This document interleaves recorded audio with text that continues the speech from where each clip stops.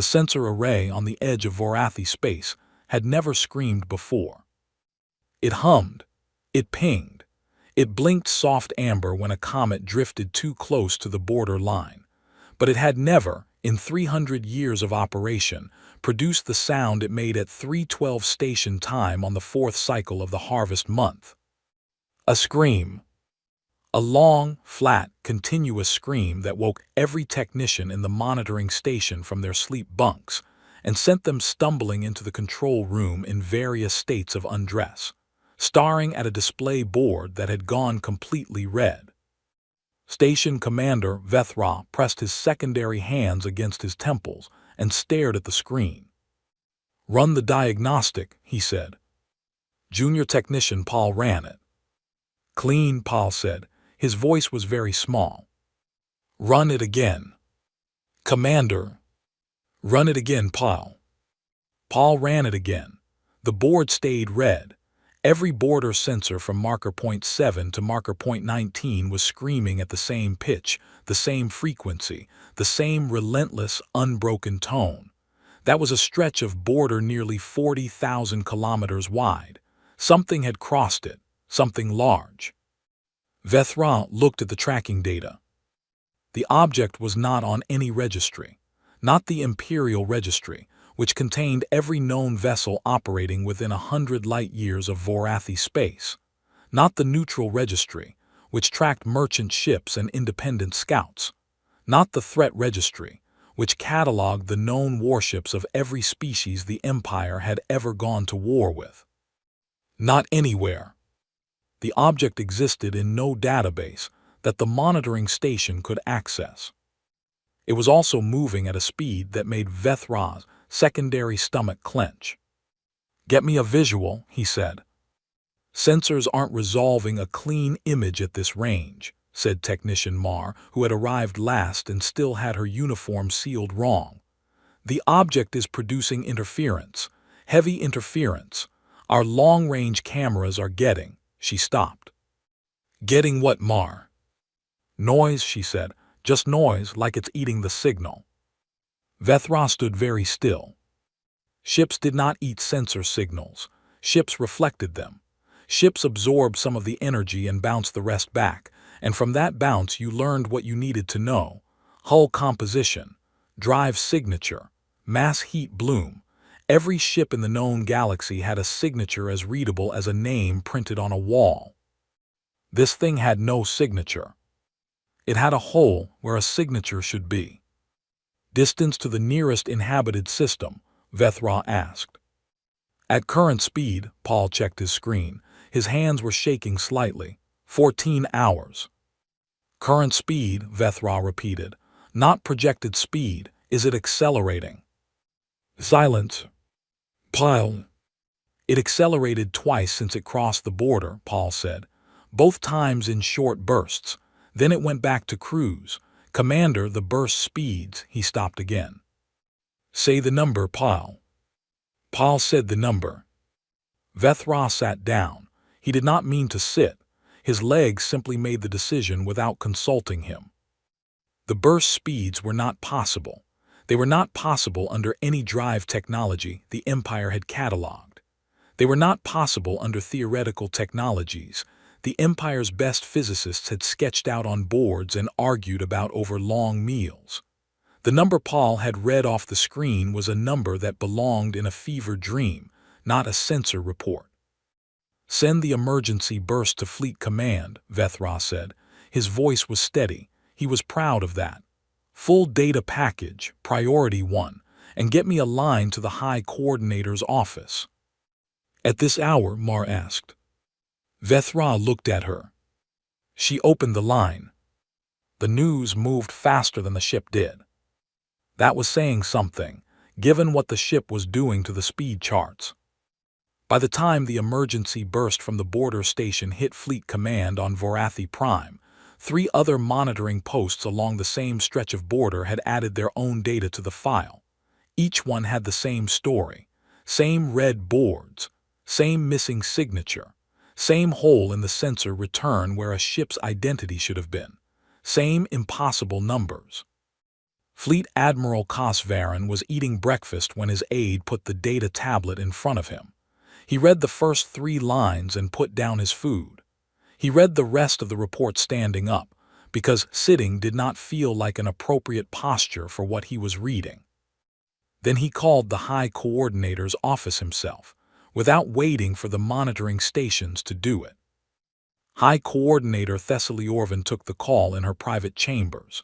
She was a tall Vorathi female with gray-silver scales along her neck and the steady eyes of someone who had been managing crises since before Cosvaran had graduated from the Fleet Academy. She listened to his summary without interrupting. She looked at the data he transmitted to her personal screen. She was quiet for a long moment. "One ship," she said. "One ship," Cosvaran confirmed. "Single object, but the energy readings suggest." "I can read the energy readings, Admiral." "Yes, Coordinator." "One ship," she said again, more quietly. "Producing this much interference, moving at these speeds, and we have no record of it anywhere." "Correct." "Could it be a new weapon, something one of the border states is testing?" Cosvaran had thought about that.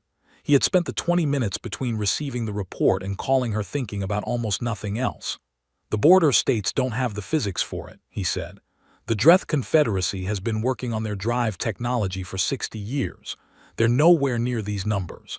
The Sulari wouldn't risk a provocation right now given the trade negotiations. And the Keth," he paused. "The Keth don't build ships this large." "How large?" "We don't have a clean reading. The interference is significant, but based on the shadow it's throwing on our deep sensors," he checked the number again. "Large, very large." Thessaly Orvin set down her cup. "Scramble a response fleet. Standard intercept formation. I want them moving within the hour." "Already ordered. Admiral Drain is assembling 3rd Fleet at the Varoth staging point." "Good, and I want communication attempts. Every frequency we have. Standard hails, diplomatic channels, emergency broadcasts. If this thing has a crew, I want to know who they are." "We've been broadcasting since the border station made contact. No response." The High Coordinator looked at her screen again. At the red track of the unidentified object moving through Imperial space like it had not noticed the border was there, or like it simply did not care. "No response," she repeated. "None."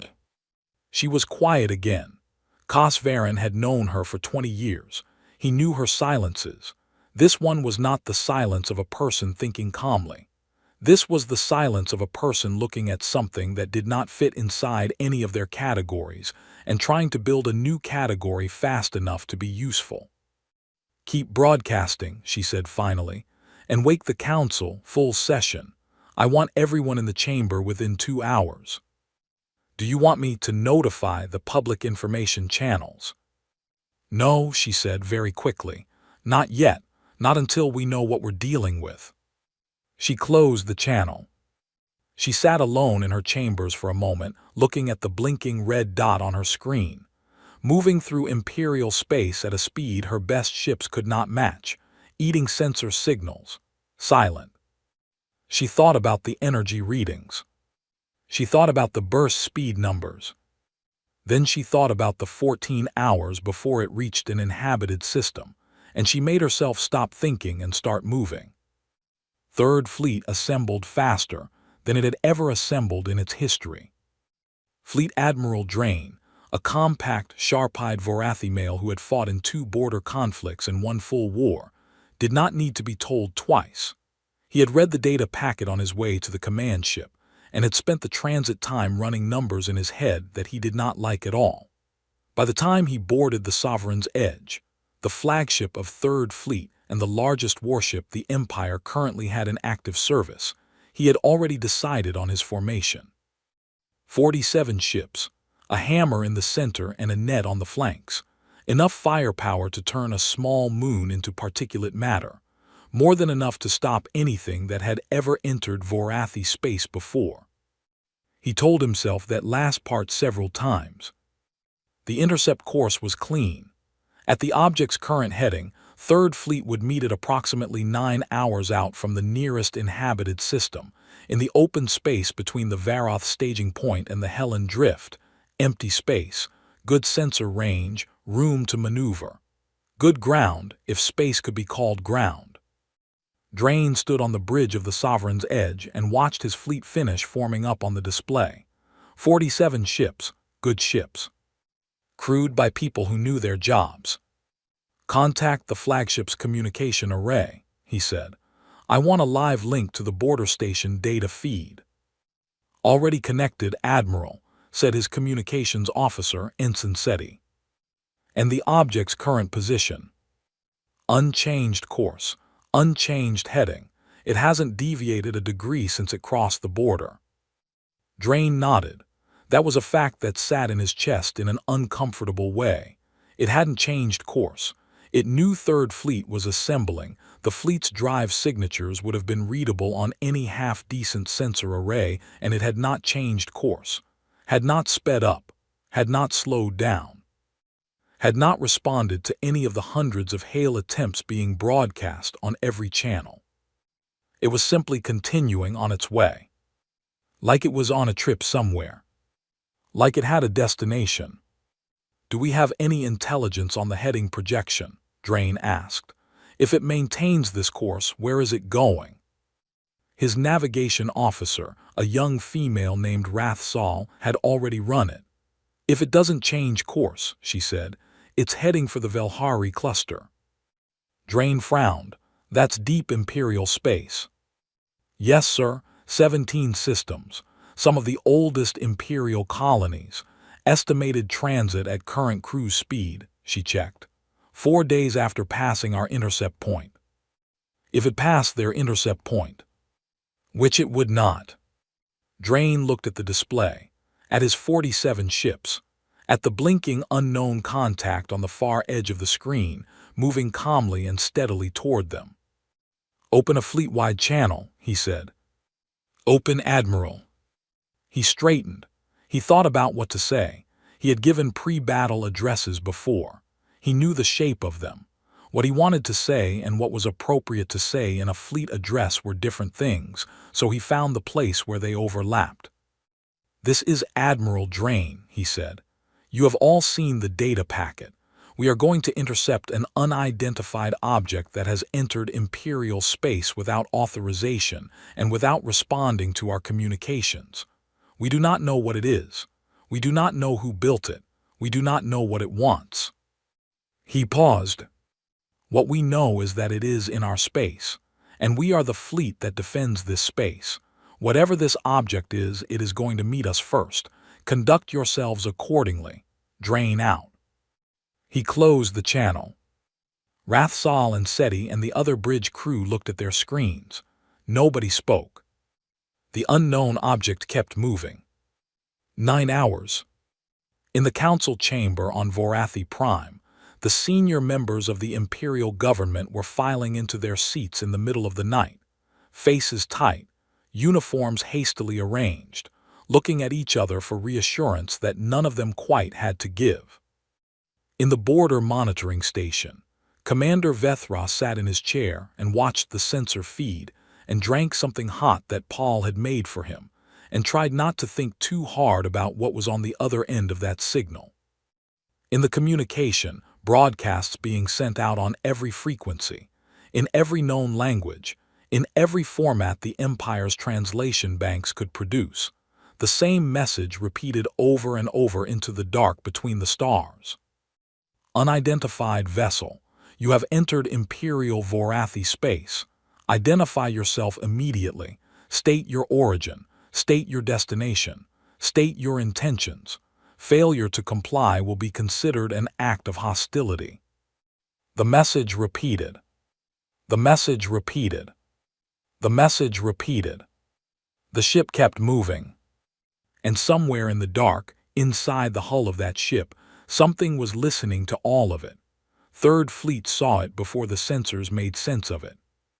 That was the part Admiral Drain would think about later, lying awake in his bunk during the long hours when sleep refused to come. The moment the object appeared on the visual screens, Not the data readouts, not the tracking displays, but the actual cameras pointed at actual space. And every officer on the bridge of the Sovereign's Edge went very quiet at the same time, without anyone saying a word. It was big. That was the first thing, just the size of it. The sensor interference had prevented clean mass readings, so the numbers had meant nothing concrete. Numbers were just numbers until you put a picture next to them. The ship was long, not wide. Long the way a thrown spear is long, built entirely in one direction, like whoever made it had decided that moving forward was the only thing that mattered and had built the entire vessel around that single purpose. Its hull was dark, not the flat black of painted metal but something deeper, something that seemed to pull light toward itself and keep it. The running lights, if it had any, were not visible. No exhaust bloom from the drives. No radiation signature from a reactor. Just a long dark shape moving through space like a splinter working its way through skin. Distance, Drain said. 40,000 kilometers and closing, said Rathsal. Her voice was perfectly controlled. Drain noted that and respected it. At current speed, it will reach our intercept line in approximately 19 minutes. Formation status. All 47 ships in position. Hammer formation holding. Flank nets are locked in. Drain nodded. The formation looked good on the display. His ships were spread across the object's projected path in a wall of firepower that should have been impossible to ignore. Anything coming toward that wall had two options: stop or turn. He watched the long dark shape continue forward, without any apparent acknowledgement that the wall existed. "Hail it again," he said. SETI opened the channel. For the 100th time, the communication logs had been counting. The Empire's message went out on every frequency. Identify yourself. State your origin. State your destination. State your intentions. The silence that came back was exactly the same as the 9 hours of silence that had come before it. Total. Complete. The kind of silence that stops feeling like absence and starts feeling like a statement. No response, SETI said. Nobody was surprised. Drain pressed his hands flat on the railing in front of him. He was not a man who needed to touch things to think, but right now it helped to feel something solid. 13 minutes, Rathsal said. He made his decision. All ships, he said into the fleet channel. We are going to hold formation and allow the object to approach to 10,000 kilometers. If it has not slowed or changed course by that point, I will attempt direct visual contact using emergency signal lights. If there is still no response, we will fire a warning spread single pass low yield across its bow. We are not trying to destroy it. We are trying to make it understand we are here. He paused. It is going to understand we are here. The fleet acknowledged. They waited. The long dark shape kept coming. 10,000 kilometers. Drain triggered the emergency signal lights himself. The Sovereign's Edge strobed in the standard Imperial emergency pattern: 3 long, 3 short, 3 long, a pattern that every spacefaring species in the known galaxy had been taught to recognize as a request to hold position. The dark ship did not hold position. It did not accelerate. It did not turn. It maintained its speed with the indifference of a river maintaining its course around a rock. Warning spread, Drain said. Fire. 12 ships in the hammer formation released their bow cannons simultaneously. Low yield, a fraction of combat output, the kind of shot that would barely scratch a combat-rated hull. But in space, in the dark, 12 cannon blasts in a tight spread were impossible to miss. They lit up the black between the fleets like lightning, crossing the object's path close enough that any sensor array worth operating would have read the energy wash. The dark ship flew through the dissipating edge of the spread without slowing. Drain stared. It had flown through, not around, through the residual energy wash of 12 cannon blasts, and it had not even wobbled. There was no course correction, no evasion. Just the same straight line, the same steady speed, like his warning shots were something that had happened to empty space rather than to it. Hull readings, he said. His science officer, Commander Haleth, checked his board. No impact readings, Haleth said. The blasts hit the energy field around the hull and he stopped. He looked at his board again. Admiral, the field absorbed the shots, all 12. The hull itself registered nothing. Nobody on the bridge spoke. 5,000 kilometers. Admiral, that was SETI, and his voice had shifted. Not unprofessional, but shifted. I'm picking up something on the communication array. It's not a response to our hails. It's a signal. Different frequency. Origin point is the unknown vessel. Put it through. What came through the speakers was not language. Not any language Drain knew. Which meant nothing. The Empire's translator banks held over 400 cataloged languages and 200 more in partial states of translation. But the translator banks were already running on the signal, and they were turning up nothing. Not a partial match. Not a structural similarity to anything on record. The signal had rhythm and pattern, which meant it was probably language. But it was language that had come from somewhere outside every catalog the Empire had ever built. Can we translate it? Drain said. Not in real time, said the translation specialist, a quiet officer named Vane who rarely spoke during battle situations. It would take, she shook her head, months, maybe longer. The base structure is completely unlike anything in the bank. The signal continued for 11 seconds. Then it stopped. Then the dark ship did something. It slowed down. Not much, not a full stop, but it shed speed measurably, clearly on every sensor in the fleet, and for 1 second Drain thought his warning shots had finally worked, that the show of force had finally registered, that whatever was inside that hull had decided to acknowledge them. Then the dark ship turned on a lateral axis, smooth, fluid, like a fish changing direction in water, and pointed something at the Sovereign's edge. Energy buildup, Haleth said. His voice was wrong. On the forward section of the vessel, it's building very fast. Admiral, that is a weapon charging. That is definitely a weapon charging. Drain opened his mouth. The weapon did not fire. The energy built to a peak that made every sensor in the fleet spike into the red, and then it held there. Just held.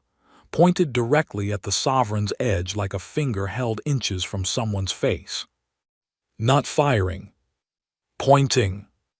It wants us to know it could, said Rathsal very quietly. She was right. Drain knew she was right before she finished the sentence. The weapon buildup was a message. It was not a warning shot. He had done warning shots. He knew what they looked like. This was a demonstration. A deliberate, controlled demonstration of capability pointed at his flagship, held at peak charge long enough for everyone to read the numbers, and then the energy dissipated. Slowly, deliberately, like a hand opened after being held in a fist. The dark ship returned to its original course. Same heading, Velhari cluster, same speed, like nothing had happened. Drain stood on his bridge and felt the silence of his crew pressing in from all sides. Admiral, said he again, Fleet Command is requesting a situation report. Tell them. Drain stopped. He tried to figure out how to compress what had just happened into a report. The dark ship had ignored them, had flown through their warning shots without damage, had demonstrated a weapon powerful enough to spike every sensor in a 47-ship fleet, had then turned off the weapon and resumed course. Tell them the object is continuing on its original heading, he said. Tell them it has not responded to communication. Tell them our warning shots had no effect. And tell them, he took one breath, tell them the object is armed in ways we cannot measure and it showed us that on purpose. Yes, sir. And tell them I need orders, because I am not going to fire on that ship. Haleth looked up from his board. Admiral. What would be the point? Drain said. He was not asking for opinions. He was stating the calculation out loud. If our low-yield spread didn't scratch it, what does a full combat volley do? We find out. We find out what happens when we make something that powerful angry. He shook his head. We don't have enough information. We don't engage without information. He watched the dark ship on his screen, moving away from his fleet now, having passed through their intercept line like they were smoke. "Keep formation and shadow it," he said. "Don't close, don't fire, just follow it. I want every sensor we have pointed at it every second." Third Fleet turned to follow the long dark shape deeper into Imperial space. In the council chamber on Vorathi Prime, the room that had been called into emergency session in the middle of the night had been meeting for 4 hours. The light through the high windows had changed from black to the deep gray blue of early morning, and nobody had gone home. High Coordinator Thessaly Orvan stood at the head of the long table and listened to Admiral Cosvarin relay Drain's report. She listened without moving. The senior council members around the table reacted in their own ways, some leaning forward, some pressing back in their chairs, one junior minister making a sound low in his throat that wasn't quite professional. When Cosvarin finished, she was quiet for a moment. "It showed him the weapon," she said. "Yes." "It didn't fire." "No." "It showed him the weapon," she said again, differently this time, like she was testing the shape of the idea in her mouth. "It demonstrated capability and then stood down, and then it continued on its way." "That is the Admiral's assessment, yes." Council Member Orath, the oldest person in the room and the head of the Imperial Intelligence Division, leaned forward. He had white-silver scales and eyes that had been in difficult rooms longer than most people had been alive. "That is a communication," he said. "Whatever else it is, that is a communication. It is not attacking, but it is also not submitting. It is saying, I see you. I know what you are. I am not stopping." "That is one interpretation," said Council Member Drea from the Military Affairs seat. She was young for her position and had been trying all morning to make her voice carry the weight of certainty. "Another interpretation is that it fired a test shot to measure our whole response, and we're calling it a demonstration to make ourselves feel better."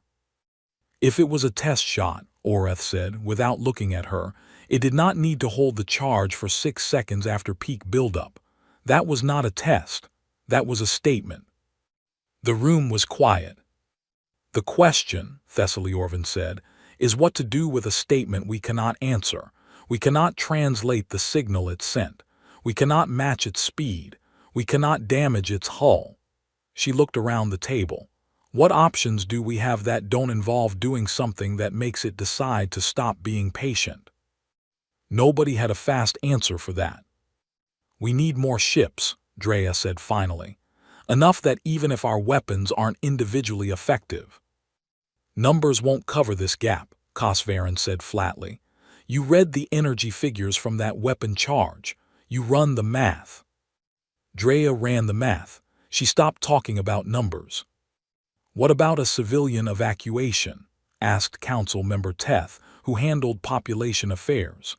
"The Velhari cluster, if that's genuinely its destination." "Evacuating 17 systems takes months," said Thessaly Orvan. "We have days." She looked at the tracker on the wall screen, the blinking dot, moving steadily, followed now by Third Fleet's 47 ships that had accomplished nothing. "And we don't know it's the destination. We don't know anything."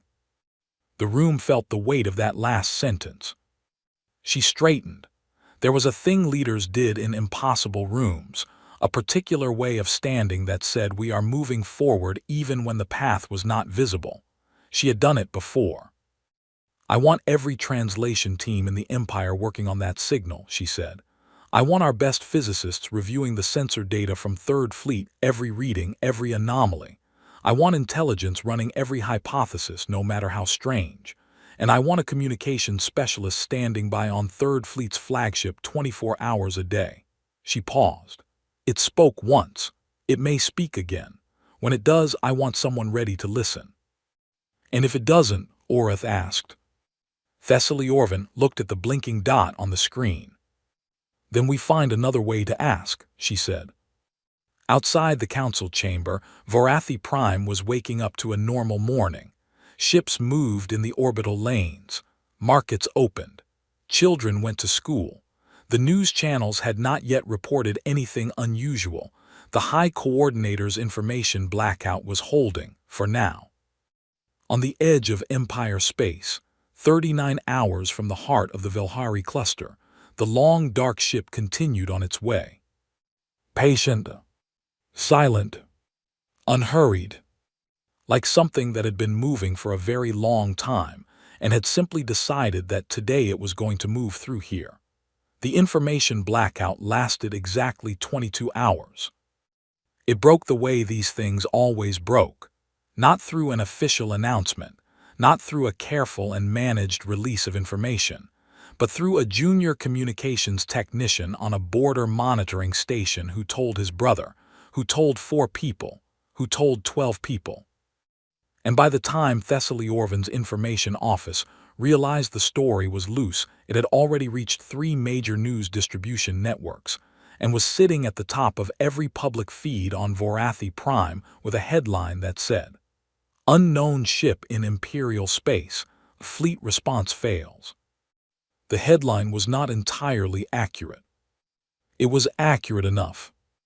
Thessaly Orvan read the headline at her desk, set down the report she had been holding, and said one word that her aide pretended not to hear. Then she called the information office and told them to prepare a public statement, because the choice was no longer between telling people and not telling people. The choice was now between the Empire's version and everyone else's version. She wrote the statement herself. It was careful. It was measured. It used phrases like unidentified vessel under observation and ongoing diplomatic contact attempts, and no immediate threat to civilian populations. It did not use phrases like our weapons had no effect, or we cannot translate their language, or we have been following it for 20 hours, and it has not acknowledged us once. She approved the statement and released it. The public reaction was immediate and not calm. In the city of Tethvara on Vorathi Prime, which was the largest city on the planet, and therefore the best possible place to observe a population receiving bad news all at once, the morning went sideways in approximately 40 minutes. Markets swung, not crashed, swung. Up, then down, then sideways, as traders tried to decide what an unidentified ship of unknown origin and unknown intent moving through imperial space meant for commodity prices. The answer, it turned out, was that nobody knew, and not knowing made the numbers do strange things. Schools opened, and then parents started pulling children out of schools, even though the ship was 38 hours away from the Velhari cluster and Tethvara was not in the Velhari cluster. The distance did not seem to matter. The pulling out of schools impulse was not a rational calculation. It was just what people did when the news was large and the information was small. The communication networks flooded. Not just personal calls, official channels, military inquiry lines, local government offices, the High Coordinator's public contact system. Every person who had a question they wanted answered by someone with authority was asking it simultaneously. The answers available were not good enough to satisfy anyone, because the honest answer to almost every question was "we don't know yet," and that answer, delivered at scale, does not comfort.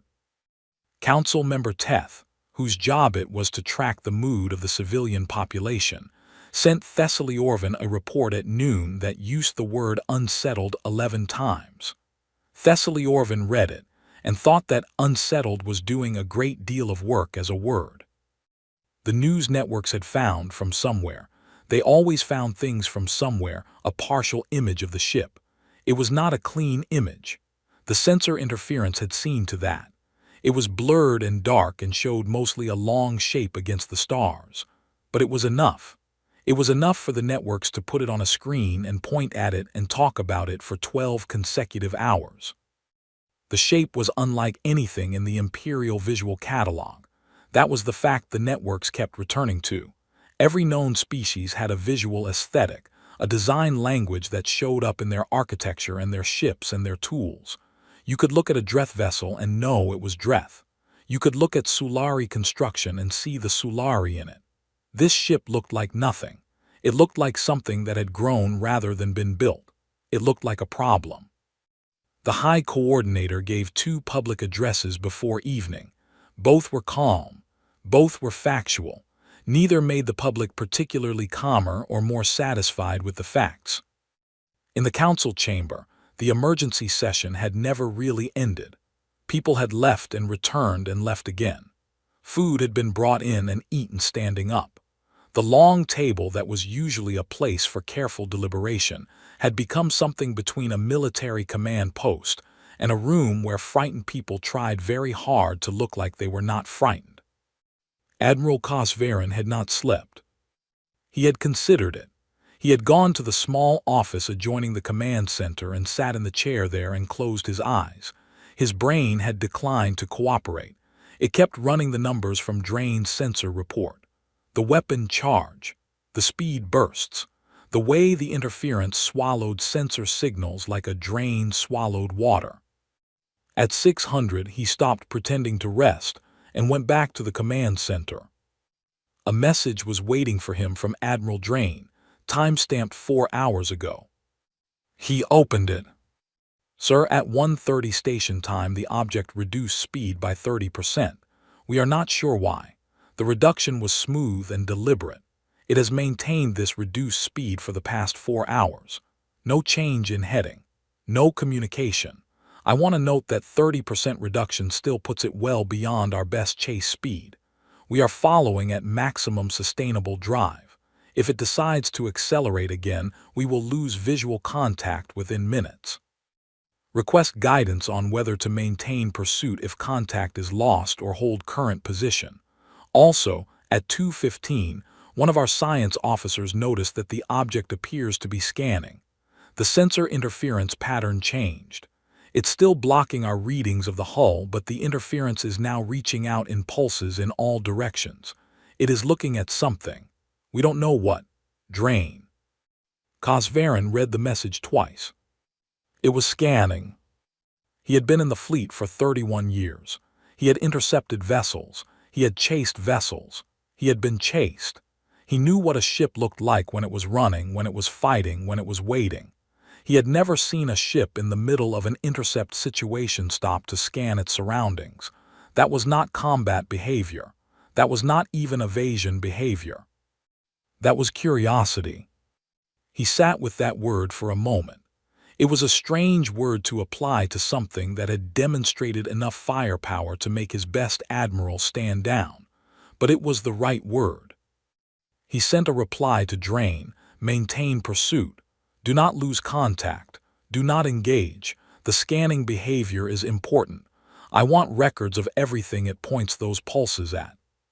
Then he went to find Orath, because Orath's interpretation the day before, that is a communication, was turning out to be right, and Kosvarin was starting to think that the old intelligence chief was going to be more useful in this situation than anyone with a gun. He found Orath in a side room off the main chamber with 4 junior analysts and a screen full of signal data. The translation teams had been working on the 11-second communication burst for 20 hours. They had made progress in the way that a person digging a tunnel with a spoon makes progress technically forward, but not fast enough to matter yet. Anything? Kosvarin said. Orath looked up. It is definitely language, he said. The structure confirms it. It has grammar. It has what appear to be proper nouns, repeated sound clusters that function as names or identifiers. The phoneme set is unlike anything in our banks. He paused. But I have a theory. Tell me. The signal it sent, the 11-second burst, I think it was not a statement. Orath turned back to his screen. I think it was a question. Kosvarin waited. The intonation pattern at the end of the burst, the signal rises before it terminates.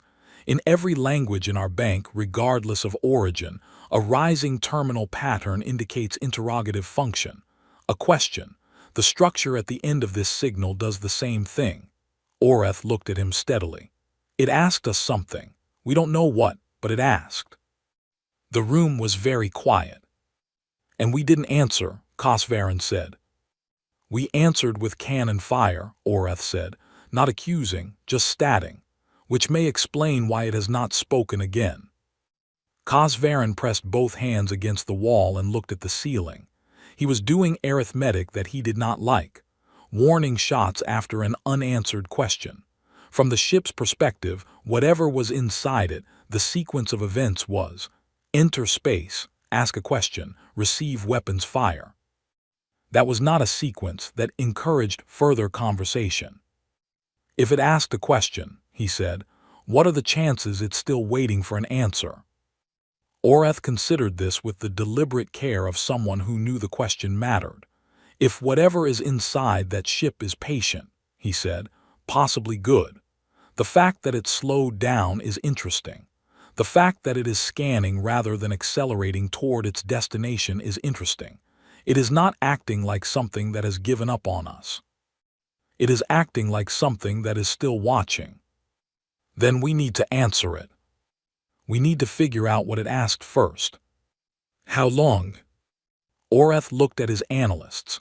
The analysts looked at each other. One of them, a very young female who had been going through the signal data with red eyes and a posture that suggested she had been sitting in that chair since the previous day, said, at current progress, 40 hours. Maybe 35 if we get a structural breakthrough. We have 39 hours before it reaches the Velhari cluster, Cosvarin said. Nobody said anything. Work faster, he said, and went to brief the High Coordinator. On the bridge of the Sovereign's Edge, Admiral Drain was doing something he had not expected to spend an intercept mission doing. He was watching. The dark ship moved ahead of Third Fleet at its reduced speed, and every sensor that wasn't blocked by interference was pointed at it, recording everything it did. The scanning pulses that his science officer had noticed were now clearly visible on the equipment, regular rhythmic bursts going out from the vessel in expanding rings, reading everything in the area. They passed through Third Fleet ships without apparent effect. They were not weapons. They were just eyes. Big, thorough, unhurried eyes. What is it looking at? Drain asked Commander Haleth for the third time that morning. Everything, Haleth said, for the third time. It's doing a full survey of the area.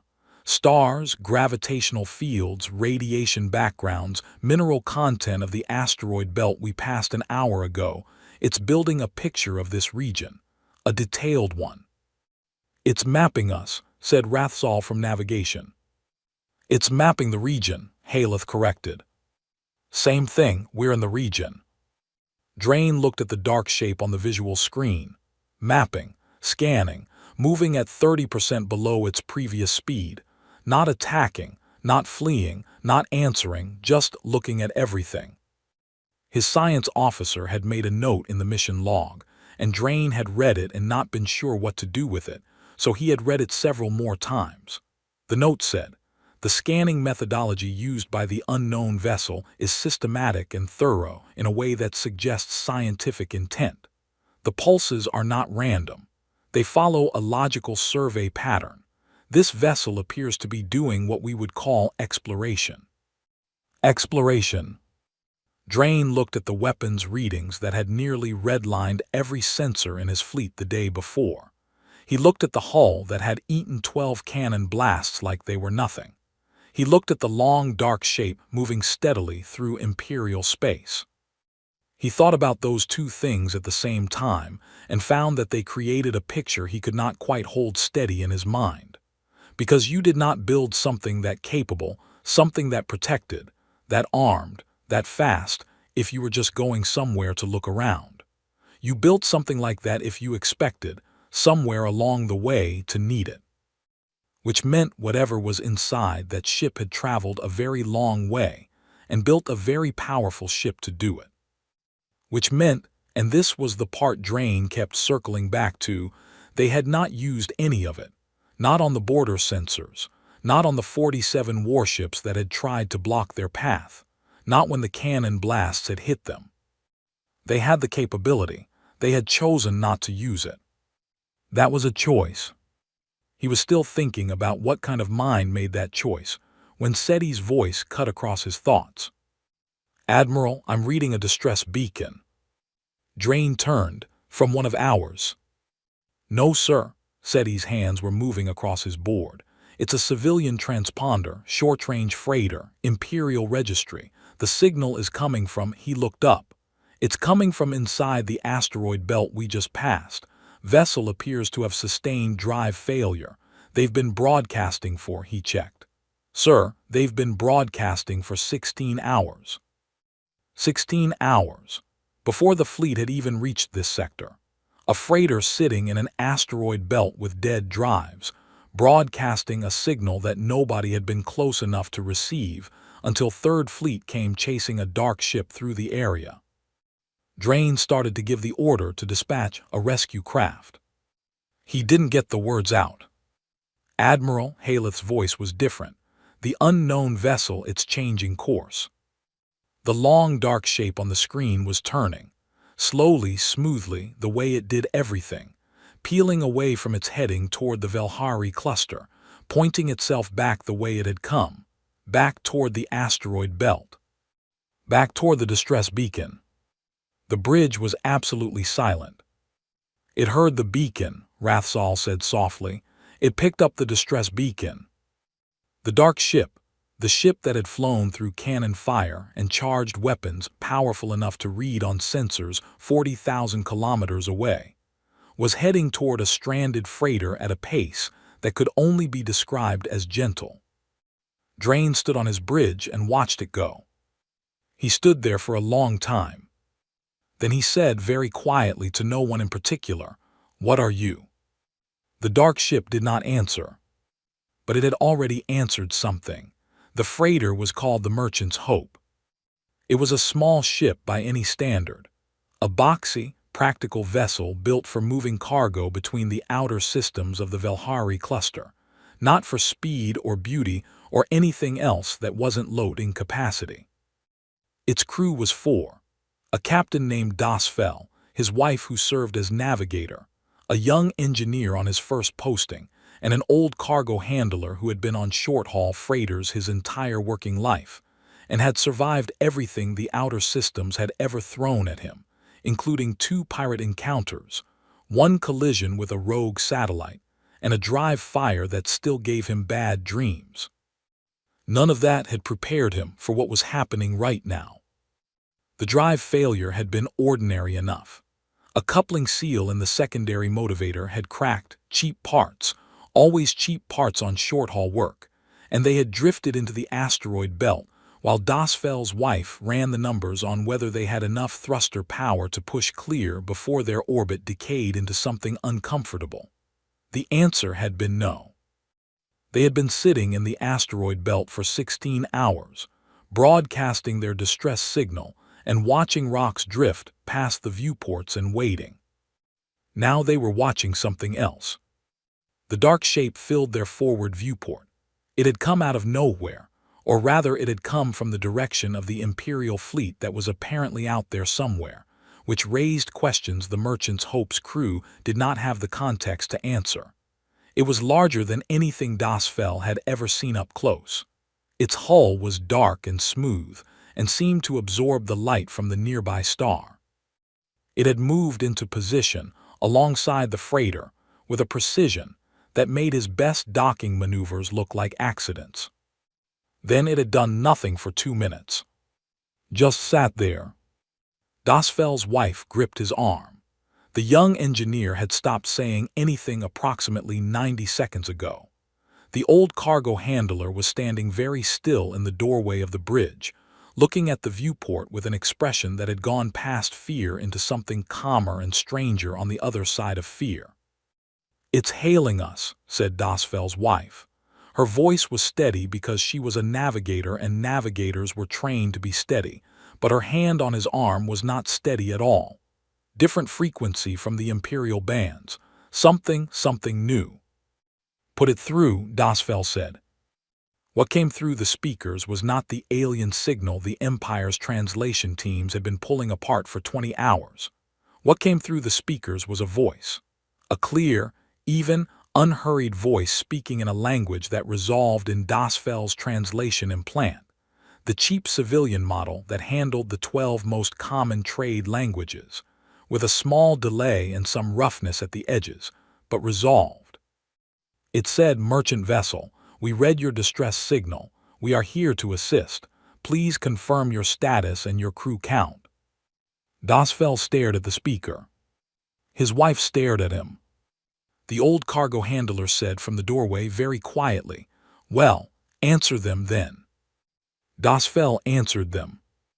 Admiral Drain watched the entire exchange on his sensor display from 40,000 kilometers away, which was as close as he had brought the fleet because he did not know what the dark ship was doing, and he did not want to be in the way if it decided to do something large. What it was doing, apparently, was talking to the freighter. Not in the unknown signal it had sent once before, in a trade language, in a recognizable, translatable, currently spoken trade language, specifically Varick Standard, which was the most common trade tongue in the outer Velhari systems, and would have been broadcast on the freighter's own emergency channel as its primary language setting. It had read the freighter's language broadcast. It had switched languages.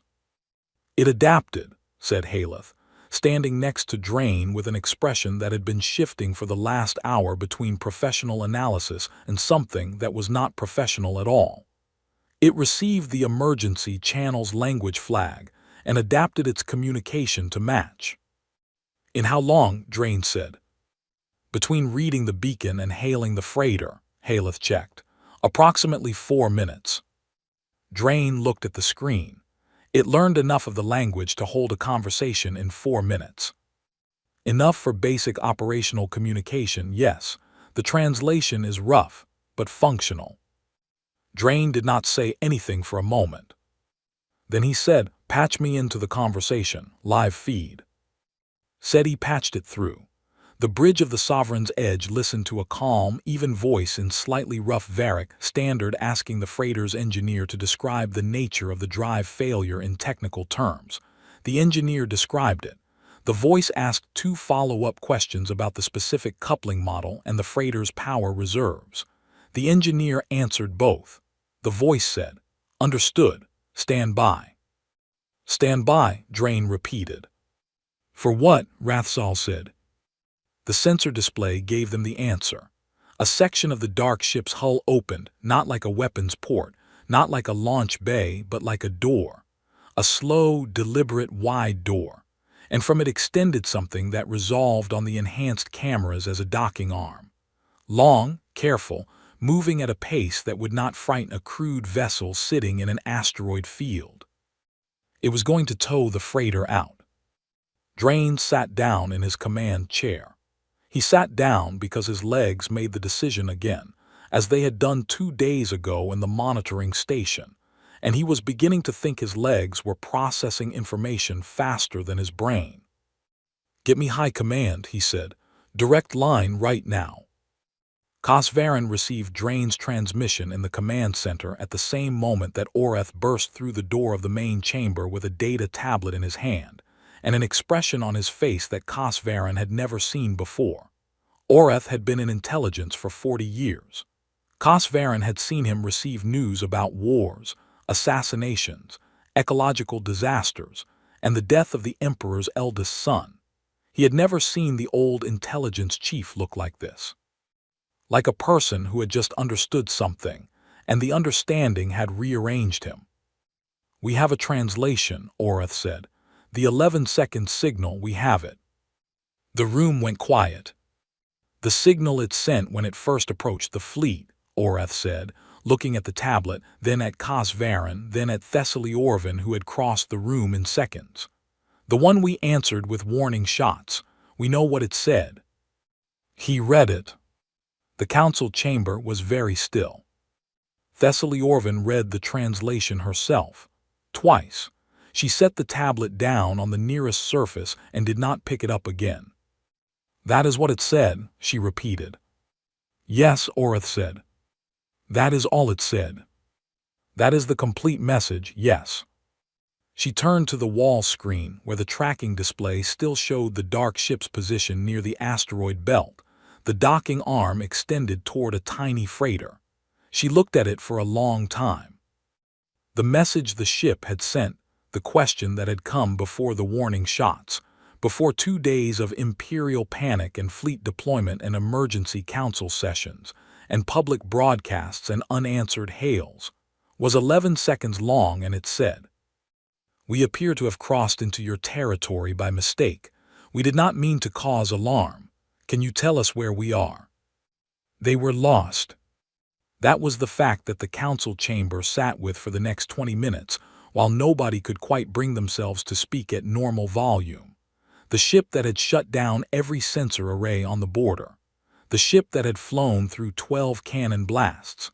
The ship that had charged a weapon powerful enough to spike Third Fleet's sensor grid into the red. The ship that had sent the entire Galactic Empire into an emergency that had been running for 48 hours and had nearly caused a public panic across 17 star systems. It had taken a wrong turn.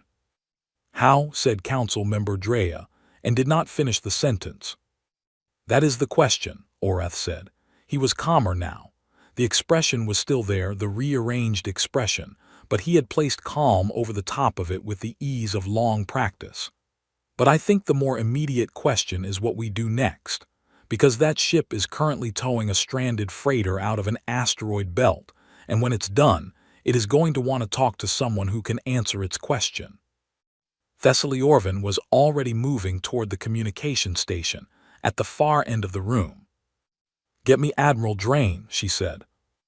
On the bridge of the Sovereign's Edge, things had changed. Not in the tactical situation. The dark ship was still out there, still doing things with its sensor arrays that Third Fleet could not match, still capable of feats of speed and endurance that Drain's best ships could not approach. None of that had changed. What had changed was the way his bridge crew was breathing. They had been breathing like people waiting for something terrible for 48 hours.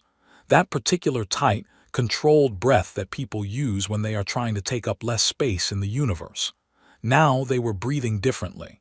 Drain could not have described the difference exactly, but it was there, and it mattered. The docking arm had guided the freighter clear of the asteroid belt in 23 minutes. Clean work, smooth and careful, the kind of work that took skill and patience, and an interest in not damaging the vessel being helped. The dark ship had released the freighter into a stable position in open space and retracted its arm and then waited. "It's hailing us," he said. "Not just the freighter, the fleet." Drain straightened in his chair. "Put it through." The voice was different from the one that had spoken to the freighter. Still even, still unhurried, still in Varric standard with the same slight roughness. But different. A different person. "Imperial Fleet vessels," the voice said. "We've been trying to reach you for 2 days, and we're aware that most of those attempts didn't work very well. We apologize for crossing your border without permission. We genuinely did not know it was your border. Our charts for this region are incomplete. We would like to talk. We would like to do that somewhere that isn't a standoff, if that's possible.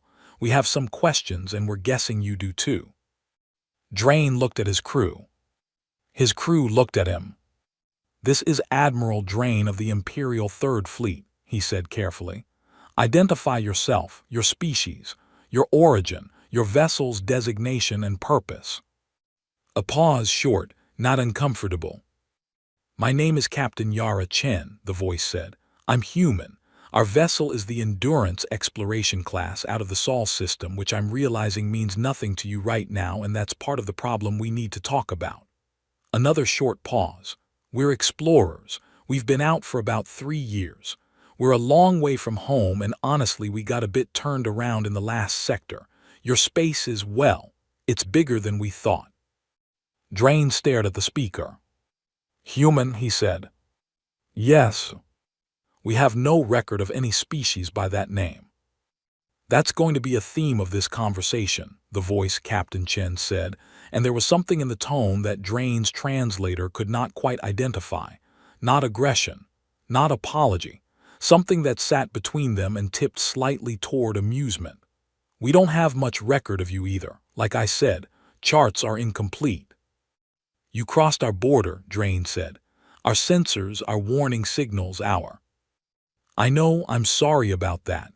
We picked up signals, but we couldn't translate them fast enough to understand what they were telling us. And then when ships came at us, a pause. We took a defensive posture. That was probably alarming. We didn't fire. I want to be clear about that. We did not fire. You charged your weapon directly at my flagship. We showed you we had won, Chen said. The tone was calm, not apologetic exactly, direct. Because you fired at us first. We needed you to know that firing at us again wasn't going to end the way you were hopping. I don't think that was unfair. Drain opened his mouth. He closed it. He thought about that sequence of events from the other side, crossing into unknown space, unknown ships appearing and forming a wall, warning shots. A weapon charge held and then released. We needed you to know that firing at us again wasn't going to end the way you were hopping. He thought about the distress beacon, the docking arm, 23 minutes of careful, skilled towing work in an asteroid field.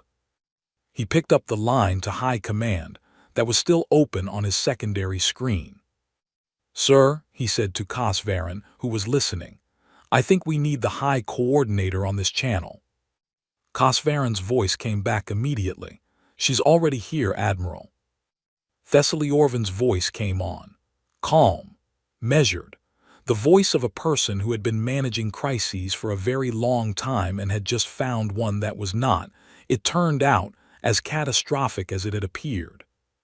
Captain Chen, she said, this is High Coordinator Thessaliorvan of the Vorathi Imperial Council.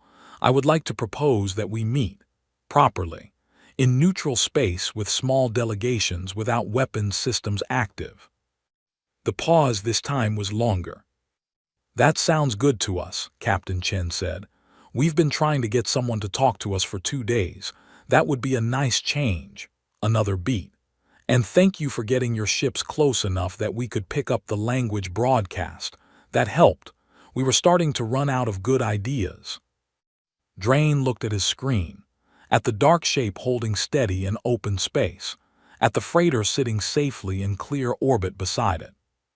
The ship that had eaten the Empire's sensor signals and walked through cannon fire and charged weapons that no admiral wanted pointed at him. Lost. A long way from home. Out of good ideas. He thought about what kind of species built something like the Endurance, and then sent it 3 years into the dark on incomplete charts. He was fairly sure he was going to find out.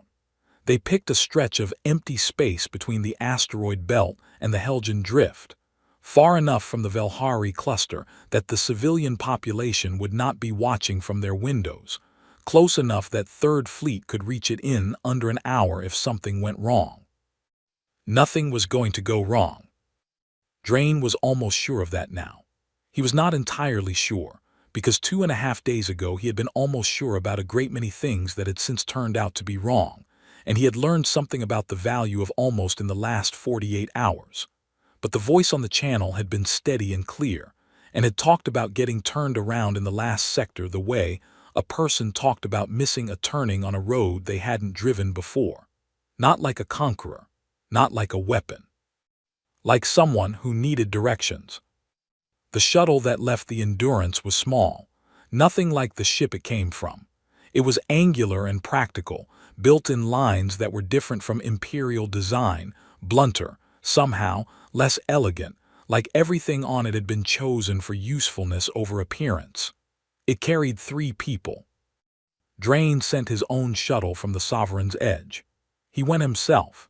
He brought Haleth and Vane, the translation specialist, because she had spent 30 hours on the signal, and he thought she had earned the right to be in the room when the source of it showed up in person. The shuttles matched position in empty space. The airlocks connected. Drain stood on his side and waited. The door opened. Captain Yara Chen was not what the Empire had expected. This was a problem with expectations in general. They were built from available data, and the available data on humans had been, until approximately 14 hours ago, non-existent. So the expectation had been built from the ship, from the sensor readings and the speed numbers and the weapon charge and the interference field, from 2.5 days of something enormous and silent and powerful moving through imperial space without asking permission. The expectation was something large, something armored, something that looked like what it was capable of. Yara Chen was of average height for her species, which turned out to be roughly equivalent to a young Vorathi female. She had dark skin and short hair and eyes that were a very dark brown and moved with a quick, taking everything in quality that reminded Drain, immediately and sharply, of Orath. The eyes of someone who collected information the way other people collected breath, continuously, automatically, without thinking about it. She wore a plain gray uniform with a small symbol on the chest that Vane later identified as the stylized image of a ship and a star. She had no visible weapons. She walked into the meeting space between the two airlocks and looked at Drain and his team with an expression that was open and direct, and carried in it, very clearly, the particular relief of someone who had been trying to have a conversation for 2.5 days and had finally found someone willing to have it. Behind her came two others. One was very tall, a male with pale skin and red hair, carrying a data tablet and looking at everything in the room with the same systematic interest as Chen, slightly more open about it, his head actually turning to follow each new detail. The other was shorter, older, with gray at the edges of her dark hair and a calm that seemed less like composure and more like bedrock. She was introduced as Dr. Osai, the Endurance's chief science officer. The tall one was First Officer Rains. Drain introduced himself and his team. They sat down in the small space between the airlocks, on seats that had been brought from both ships and arranged quickly and practically around a shared surface. It was not a grand diplomatic chamber. It was a narrow corridor dressed up to be one. Nobody seemed to mind. Chen spoke first. Before anything else, she said, through Vane's live translation. Chen had asked immediately about the translation process and had adjusted her pace to accommodate it without being asked. I want to say again that we are sorry for crossing your border and not responding to your signals. We picked up broadcasts, but we couldn't identify the language fast enough, and by the time we were working on it, she spread her hands flat on the table. An open gesture. Drain noted it. Events moved quickly. You could have stopped, Drain said. We didn't know stopping was what was being asked, Chen said. Some of what came through before we had any translation sounded like positioning data, coordinates. We thought it was navigation traffic. A short pause. We know now it wasn't. We are sorry. You were not sorry enough to change your course. We weren't sure changing course was safe either, she said. In unknown space with a fleet of ships we couldn't identify following us, staying on a straight line felt more honest than maneuvering. Maneuvering can look like a lot of things. Drain thought about that. He could not argue with the logic of it, which was mildly irritating. Tell me about your ship, he said. Chen told him. She told him clearly and without apparent concern for what the information would mean to the people hearing it, which was either confidence or openness, and Drain spent the first part of the explanation trying to decide which. The Endurance had been built 12 years ago in a construction yard orbiting the fourth planet of the Sol system. It was one of 7 vessels of its class. The class was called Pioneer. Each ship was built for long-range deep space exploration, journeys measured in years, into regions of space that humanity had not previously visited, for the purpose of mapping, cataloging, and making contact with whatever was out there. You built 7 of them, Haleth said. He was holding his data tablet, but he had stopped writing on it. Ships of this class. 7 in the Pioneer class, yes, said First Officer Rains, who had the easy manner of someone who spent a lot of time explaining things to people who had not expected the answer they were getting. There are other classes, different sizes, different purposes. The Pioneer class is the exploration line. How many ships does your species operate in total? Chen and Rains exchanged a brief look, not secretive, more like the look of two people checking whether they were remembering the same number. Registered deep space vessels as of when we left, Rains said. A little over 4,000.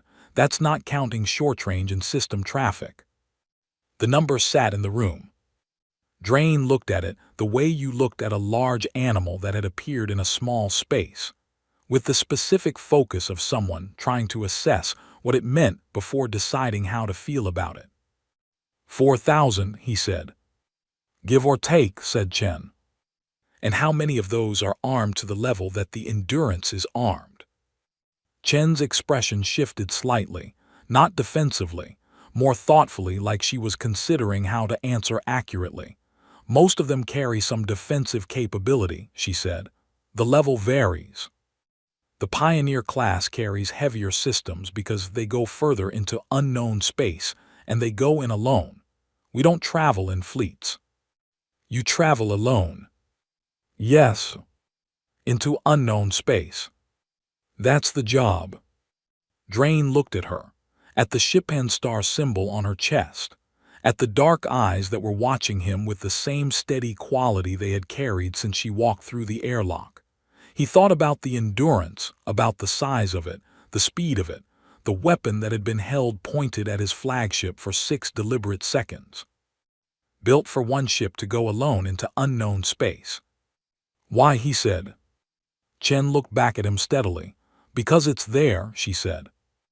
The translation came through clean. Vane did not stumble on it. It was a simple sentence. It gave Drain no new data about drive technology or hull composition or weapons capability. It told him nothing about the Sol system's location or humanity's political structure or their military capability beyond the Endurance.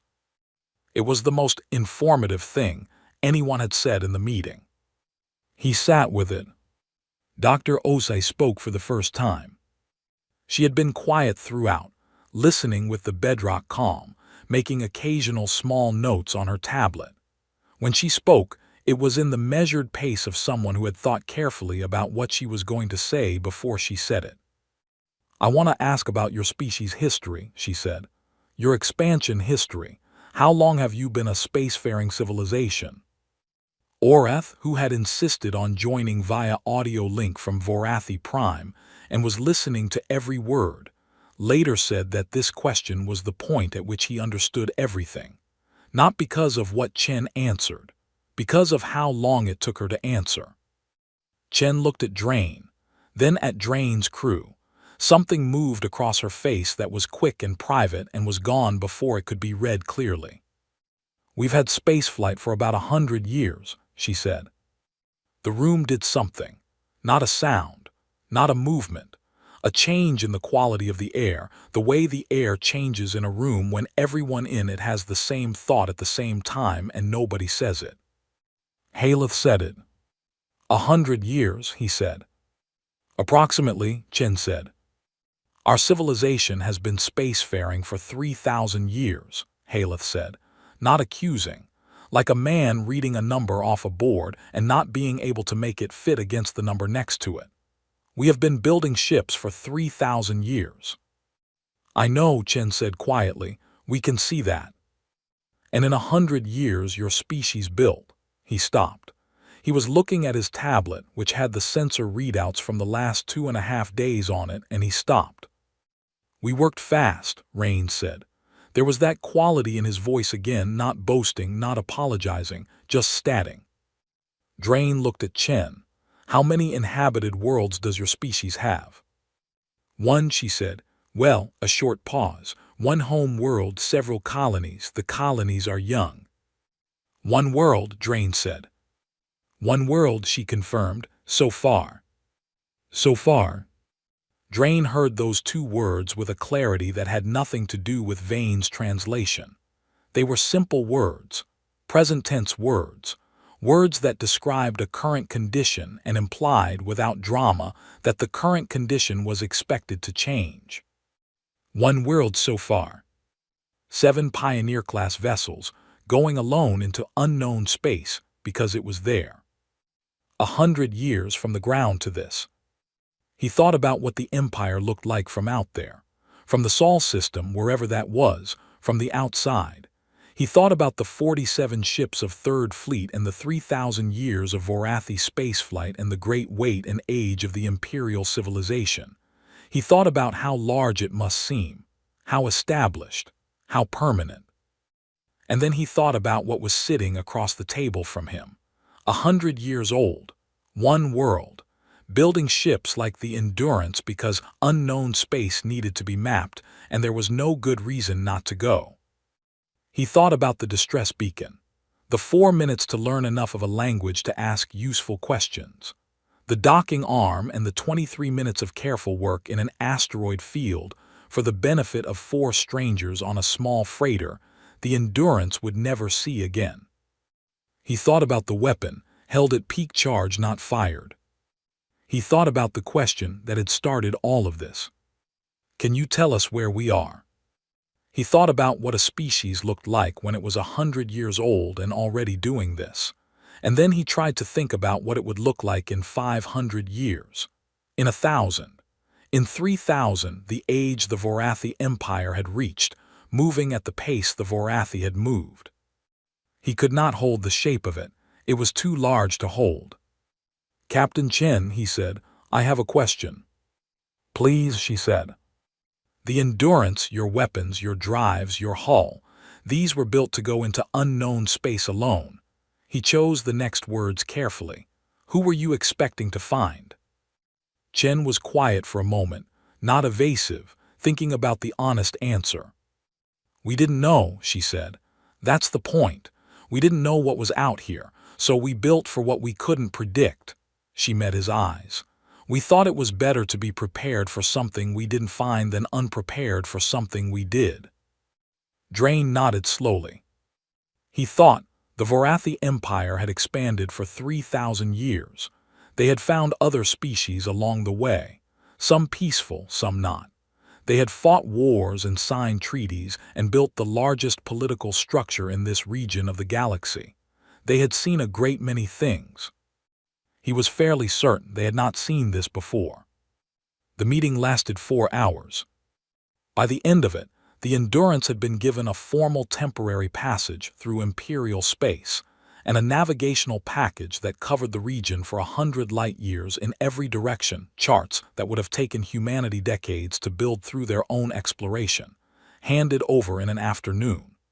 In return, Chen gave Drain a data package of everything the Endurance had mapped in the 3 years since it left Sol.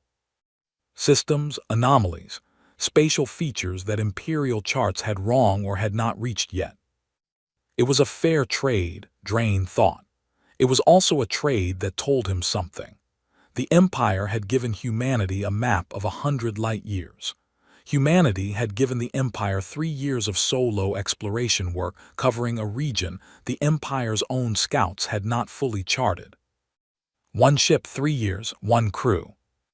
He stood in the airlock as Chen and her team prepared to return to their shuttle. Around them, through the small viewport, the Endurance floated in the dark, enormous, patient, its hull dark against the stars.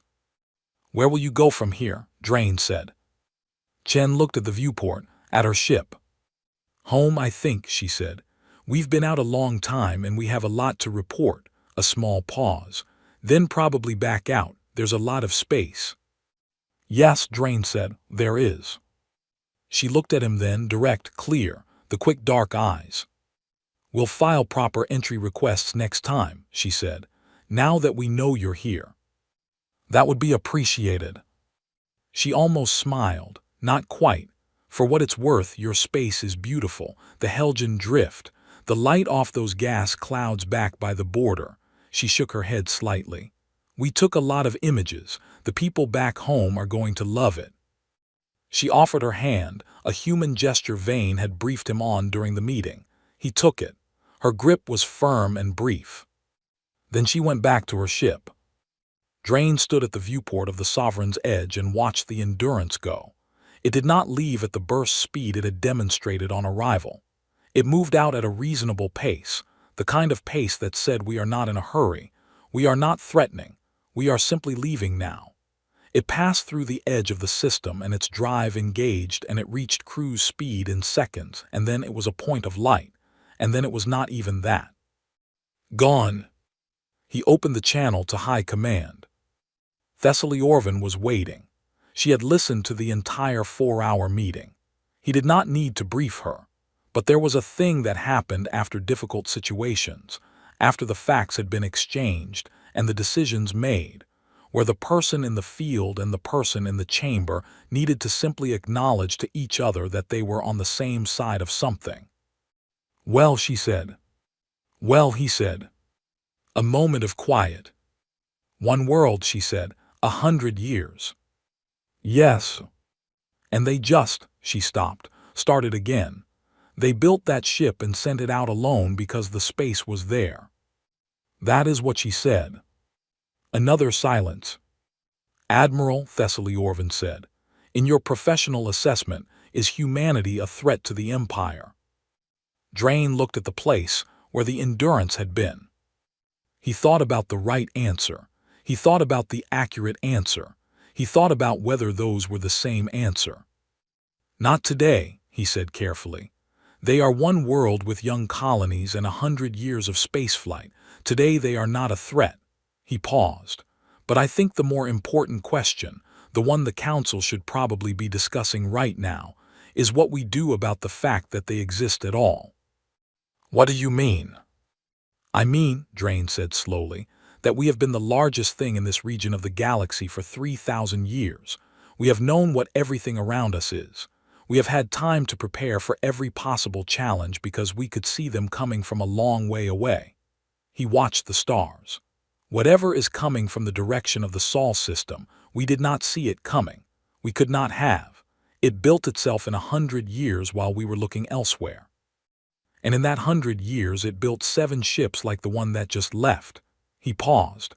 7 that we know of." The channel was quiet. "The question is not whether humanity is a threat today," he said.